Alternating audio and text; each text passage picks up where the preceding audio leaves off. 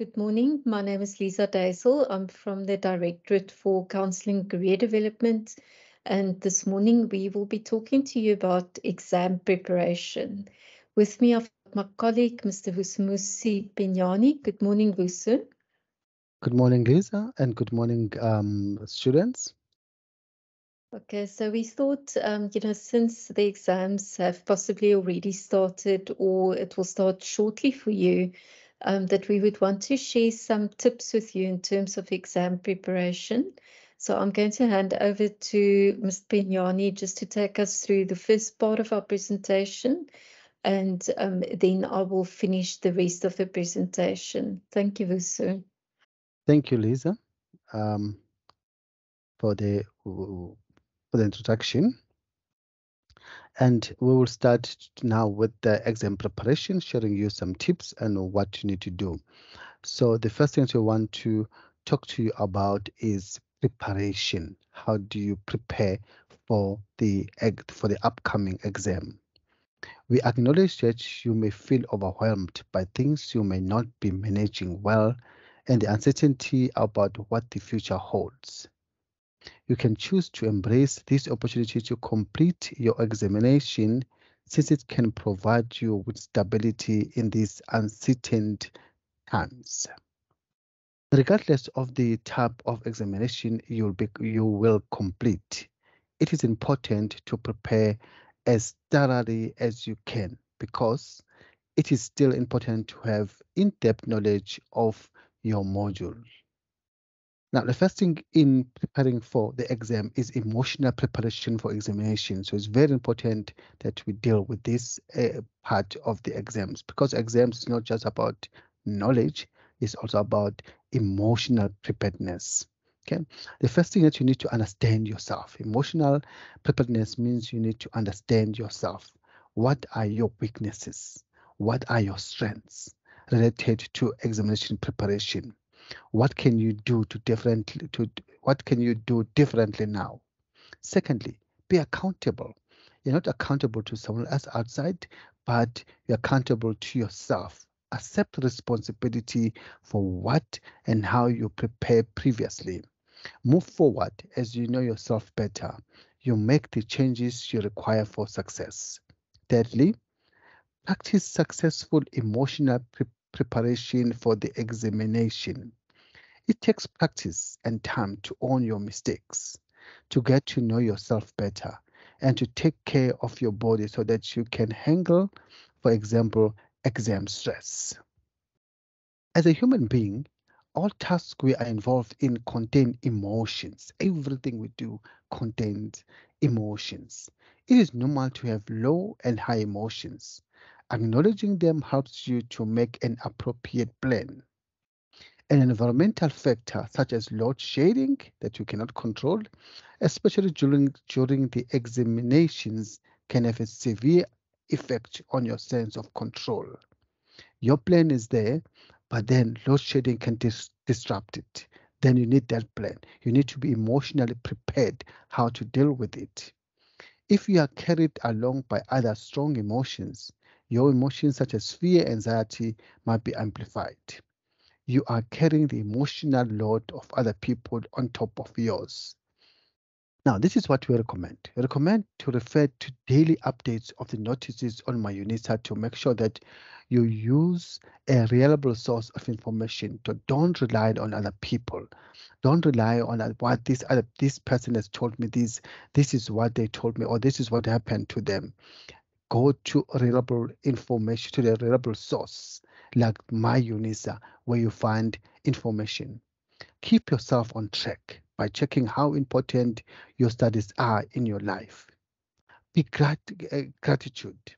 Be grateful for every small achievement in your life has a positive effect and helps you to benefit from where you come from.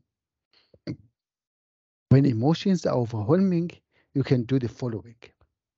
Make a list of your immediate priorities. For example, writing the examination tomorrow.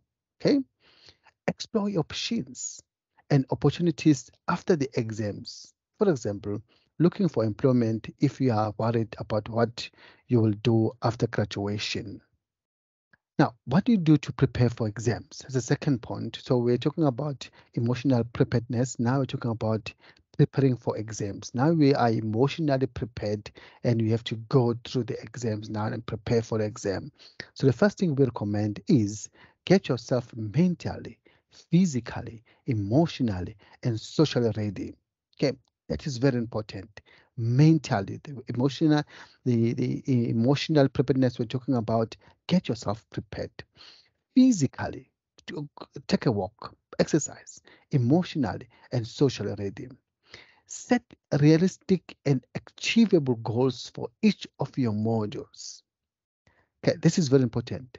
Set realistic and achievable goals for each of your modules. Okay, set a study timetable and focus your energy on prioritizing your studies and prepared for your exams. Okay. Um, Minimize distractions. There are a lot of distractions that you might encounter, especially the social media, especially your phone. Okay, social media, because they're not actually assisting you to achieve your goal. They're actually taking you back because you'll be focusing your energy on social media, on talking to your friends while you're not achieving your goal, while you're not actually putting a realistic goal in order to achieve your goal of doing well in an exam. Check the syllabus for each of your modules. Ensure that you have worked through the material for each module at least once. At least once. It should be done twice or three times. But for now, we're saying at least once. Okay? Next thing that you need to do is to revise your work by going through your notes and practice previous questions from assignments and exams. Okay? For you to be well prepared, go and read through your notes. You've been reading that particular module, you have done the notes, go and read your notes. Practice previous questions from assignments. They are there already. And if you're lucky, you'll find previous papers for previous exams papers that you can use. Okay? Don't cram or do selective studying. This can lead to confusion when questions are not asked in the way that you prepare them. Inform your family and friends about your exam timetable and explain how the online exam will work. That is very important so that they don't distract you, especially when you have to use the Invigilators app. Inform them of your needs during this time. For example, not to be disturbed while completing the exam and other support you may need from them. Right? So highlight section that when you're studying, you highlight section that you experience as challenging and seek support in terms of this. Okay, there's a lot of support that Unisa offer you. There are tutors that Unisa have appointed to assist you with particular modules. We have student mentors that will assist you if you have any questions. First to contact them so that you have those areas that you find them challenging. We have someone else who will support you or someone else who will guide you. Understand exam guidelines and format. Read tutorial letter 101 or 103 or the exam tutorial letter that will explain about exams. Go and read those things so you understand the guidelines and the format of the exam. Now, which resources do you have and use to prepare for the examination? The first resources for exam preparation are this one, your notes. You already done the notes. You are studying all throughout the semester. You have those notes, use them. You also have tutorial letters. Okay, 101, depending on the tutorial letter that you have. Those are the resources that you have to use to prepare for the exam. Study guides, okay, study objectives and prescribed books. They're already there. You have them. Assignments and previous question papers. You have the assignments. You've been doing assignments, and then and if you're lucky, you'll find some previous question papers that you can use for the students and lecturers. Okay, study at Unisa website. Study skills. Go there. The next resource is my Unisa step-by-step guide to prepare for May-June exam 2023 May-June online examination. Let's now go back and look at effective exam revision. So you need to revise. Remember, you were studying, you were doing the exams, you're doing the assignments, and now you need to revise. So those now we're talking about the effective exam revision. Okay, for avoid procrastinating. Okay, when I was talking about in one of the workshop talking about procrastinating, I talked about procrastinating on purpose. Procrastinating on purpose is when you delay to do something because you need to do something right now, but you are going to do it.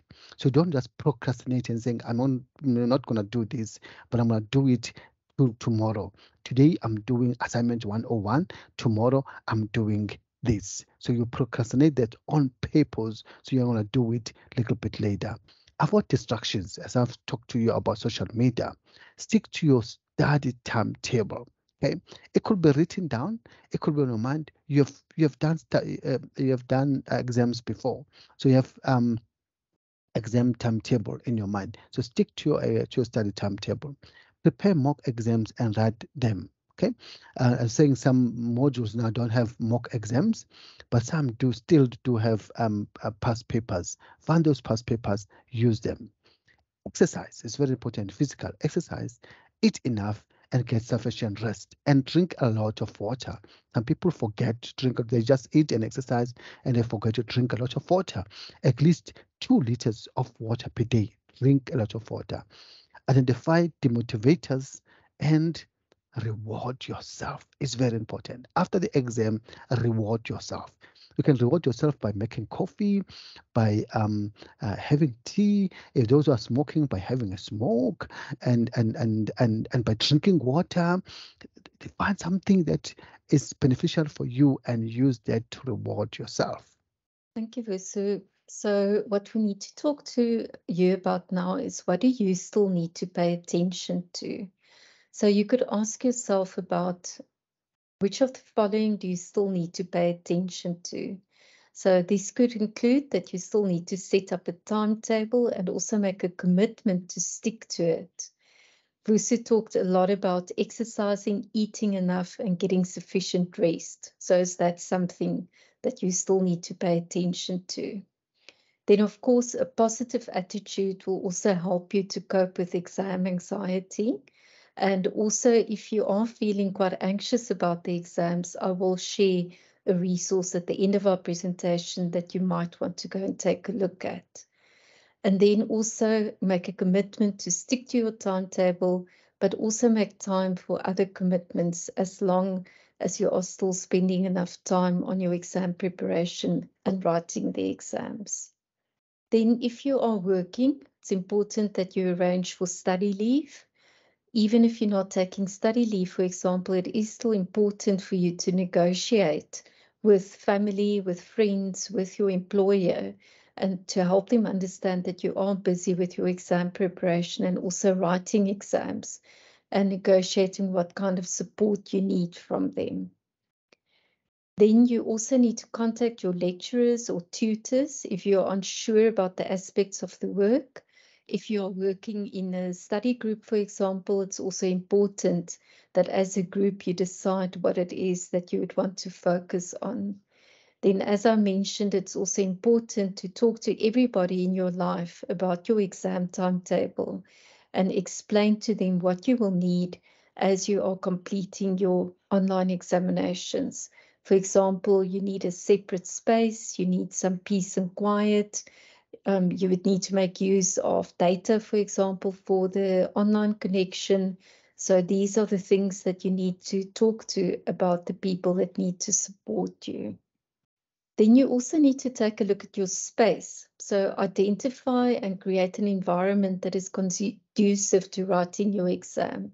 So even though you're writing the exam online, set up your venue or your space as if it is a traditional exam. So have a table and a chair, sit in an upright position. Don't sit on the floor or on your bed, etc. So really pretend that you are sitting in a physical exam venue. Then also have a pen and paper ready so that you can make notes or do calculations, and also create space for your notes and your study material. So, for example, if you're writing an open book exam, it means that you can have the books open as specified in the exam guidelines. So make sure that you also have enough space to work as you are focusing on completing your online exam. Then you also need to identify space to put and to connect your device. The device could be a laptop, a desktop, a tablet, or your mobile. Also, it's important to test your device to ensure that it works well, keep it charged, and also ensure that you have enough data or that your Wi-Fi connection is working. Before the exam, make sure that you are very familiar with your device and you also know where to find things. For example, if you need to find a specific app or program in order to practice writing, then download this and also use this before the exam. We'll also talk a bit later about downloading the Invigilator app and knowing how to use it as you start with your exams. So it's very, very important. Lucy mentioned earlier about the step-by-step guide to prepare for the online exams. So you need to familiarize yourself with all the information on My Unisa about the online examinations. So very important to double check your timetable. On the step-by-step guide, there's also a link that you can type in your module code and then check which proctoring tool will be used for each module. There's also a link that you can attend the online basic skills for online exams course. It would be especially important for you to attend this course or to complete it if this is the first time that you are writing online exams. Then there's also a link to read the examination rules. That's very much important. And make sure that your My Unisa username and password is correct and that you are able to sign in to the different apps that you need to use for the examinations. I spoke earlier about the importance of testing your device and your internet connection. Download and register on the Invigilator app at least 3 days before the exams so that you don't have to worry about that, a few minutes before you need to write your first exam. Then we also spoke earlier about the importance of planning for load shedding. So make sure that your devices are connected. If you are using a Wi-Fi connection or you need electricity to connect to the internet, make sure that you've got backup data in order to complete your exams. And then also in the step-by-step guide, there are contact details if you are experiencing any technical challenges. And then also a very important aspect that they have several resources for you on the step-by-step guide is about avoiding plagiarism and also the consequences thereof should the university pick up that you plagiarized during your exams writing. So it might seem like a lot of information, but I promise you that it's very important to work through all of this because this will also help you to manage your anxiety as you are thinking about or starting to write the first online exams. Then just a bit further in terms of exam revision, working out a timetable. So you could, for example, it could be as simple as counting all the pages in your study guide and your textbook. If there is a textbook, divide them into the days left before you write your exam paper. That will allow you to see how much you will need to study each day in order to be ready for the exams. And then very important, do not cram the night before.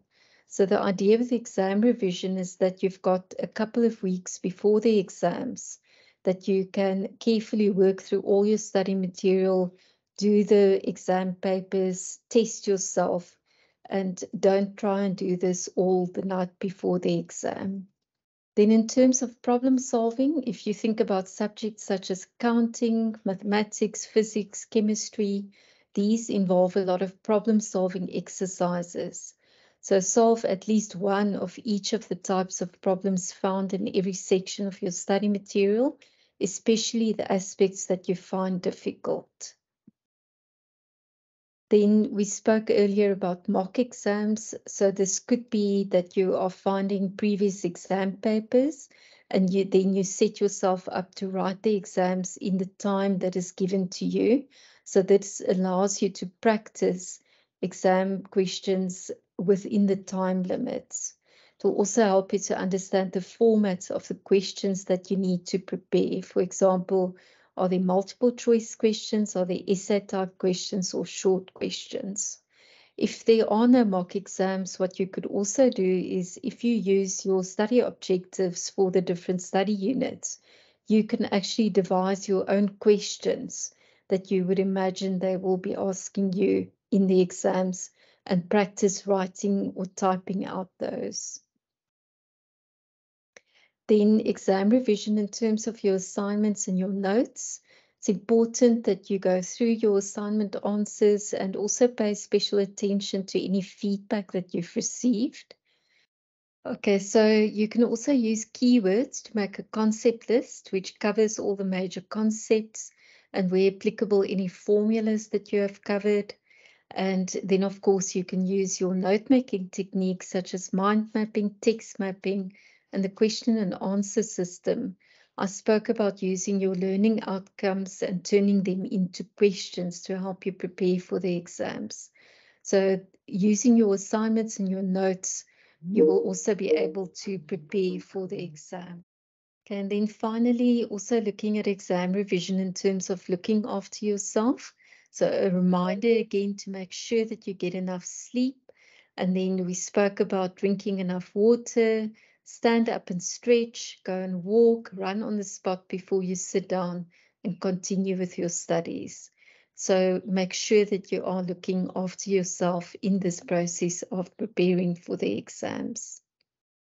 Then just some final thoughts from us. The exam is only an exam. It's not a reflection of your self-worth. It also does not predict your future success. So if the worst happens and you do fail an exam or you don't perform as you had intended to, you are still a worthwhile person who will live to enjoy another day.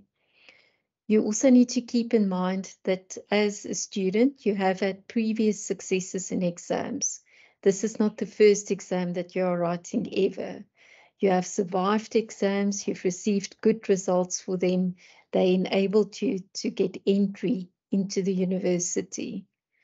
And then also focusing on your exam preparation during these uncertain times can provide you with some stability and will help you to focus on your future goals. If you have anything that you need to discuss in terms of your exam preparation, dealing with exam anxiety, please send an email to counselling@unisa.ac.za. You are also welcome to book an online appointment with a counsellor on Microsoft Teams. You can also contact the counsellor at the regional office closest to you if you would want to make an appointment for in-person counselling. On our website at unisa.ac.za/counselling, we also provide a lot of information that can help you further be better prepared for the exams and writing the exams. And then lastly, on our YouTube channel, youtube.com/Unisa Careers, we publish recordings of our presentations on our YouTube channel. We have also recently published a video about exam anxiety. So please also make time to go and see what resources are available that could help you cope with this process that can be quite stressful, but that you can also allow yourself to enjoy since it's an important part of your studies. From our side, we really want to thank you for making the time to listen to the presentation, and we wish you all the best in your exams. I just want to wish you all the best for your exam. You have written the exams before. This is not the first time. Just have that confidence that you had before. Apply exactly the same confidence here, and you will do well. Good luck for your May-June exam. Thank you.